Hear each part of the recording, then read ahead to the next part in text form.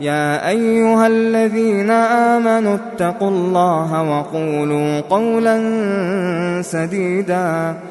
الله تعالی میگوید: به نام خداوند بخشنده و مهربان. ای کسانی که ایمان آورده اید، از خدا بترسید و سخن درست بگویید. سوره احزاب آیت 70.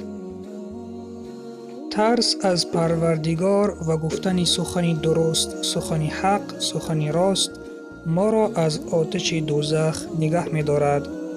اگر ما از خدا بترسیم و از حرام کرده های او دوری جوییم و همه وقت راستگوی و راست قول باشیم و به امرهای او عملی کنیم، انشاءالله در این دنیا و آخرت خوشبخت می گردیم.